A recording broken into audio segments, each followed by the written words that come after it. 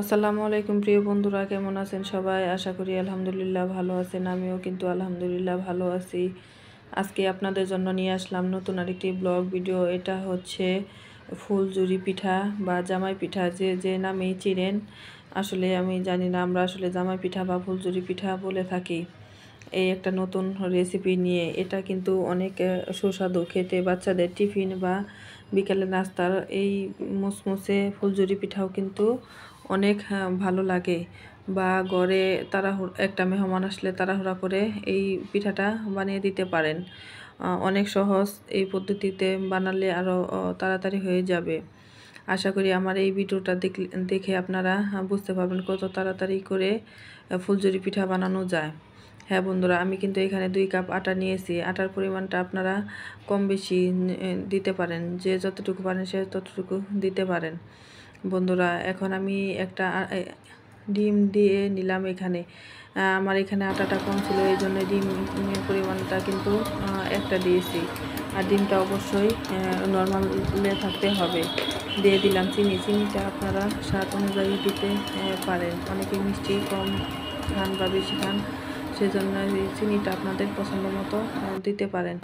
আমি এখানে দিয়ে দিলাম কয়েকটা কালো জিরা, আর দিয়ে দিব এখানে নর্মাল পানি। চাইলে আপনারা কিন্তু হালকা কুসুম গরম পানি দিতে পারেন, কিন্তু গরম পানির চাইতেও কিন্তু ঠান্ডা পানিটা দিলে মুসমুসে ভাবটা বেশি হয়। এই জন্য কিন্তু আমি ঠান্ডা পানিটা দিয়ে নিলাম। আর এটা কিন্তু হাতের সাহায্যে ভালো করে মাখিয়ে নিচ্ছি। এটা সুন্দর করে মাখাতে হবে। ব্যাটারটা যত বেশি ভালো হবে, খেতে কিন্তু ততটাই মজা হবে। আর এটা কিন্তু ভালো করে মাখিয়ে 5 মিনিটের জন্য রেস্টেও রাখতে পারেন, আর এমনিতেও বানাতে পারেন। রেস্টে রাখলে একটু ফুলকো ভাবটা বেশি হয়, আর তা না হলে সাথে সাথেই বানাতে পারবেন, সমস্যা নেই। বন্ধুরা, যদি আমার এই ভিডিওটা আপনাদের কাছে একটু ভালো লেগে থাকে তাহলে লাইক, কমেন্ট, সাবস্ক্রাইব করতে কিন্তু ভুলবেন না।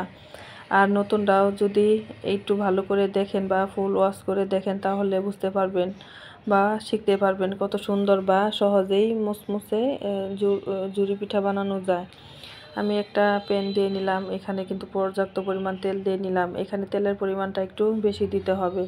আপনারা চাইলে এই অনেক গর্ত দেখে একটা কড়ার মধ্যেও দিতে পারেন। আমি এখানে কিন্তু 5 ইন দিয়েছি। 5 ইনটা যেহেতু সরানো, তার জন্য কিন্তু তেলটা বেশি দেখা যাচ্ছে না। আর এই যে হচ্ছে পিঠার শাঁস, এই শাঁস দিয়ে কিন্তু আমি পিঠা তৈরি করব। এই জন্য এই পিঠার শাঁসটা ভালো করে গরম করে নিচ্ছি। আর পিঠার শাঁসটা গরম হলে কিন্তু পিঠাটা খুলে যাবে তাড়াতাড়ি, আর তা না হলে কিন্তু এখানে লেগে যাওয়ার সম্ভাবনা থাকবে, খুলবে না। এই জন্যে কিন্তু আমি ওইটা ভালো করে ওখানে লাগিয়ে বা গরম করে রাখছি। হ্যাঁ বন্ধুরা, দেখতেই পাচ্ছেন এটা তো প্রথম পিঠা, এই জন্যে কিন্তু একটু একটা ছুরির সাহায্যে বা ভাজা কাটার সাহায্যে আপনারা এইভাবে একটু হালকা করে ছাড়াই দিতে পারেন। আর এটা গরমের জন্য আমি আলাদা জায়গায় রাখলাম। এটা তেলের মধ্যে রাখতে হবে, তাহলে গরম থাকবে আর সুন্দরভাবে কিন্তু খুলে যাবে। এই যে দেখতেই তো পারছেন কত সুন্দর হয়ে কিন্তু ফুলে গেছে। আর এই নিয়মে বানালে আমার কাছে মনে হয় তাড়াতাড়ি হবে, আর বেশি উপকরণ লাগে না।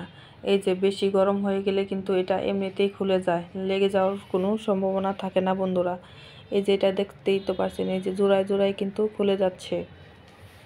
অনেক সুন্দরভাবে কিন্তু একাই খুলে যাবে। ভালো করে গরম দিতে হবে এই জন্যে। তার জন্য আমি এক সাইডে পিঠা দিছি, আরেক সাইডে শাঁসটা গরমে রাখছি। তাহলে দুটোটাই হয়ে গেল, আমার পিঠাও হয়ে গেল, শাঁসটাও গরম হয়ে গেল। দেখতে দেখতে কিন্তু আমি অনেকগুলো পিঠে বানিয়ে ফেলছি বন্ধুরা।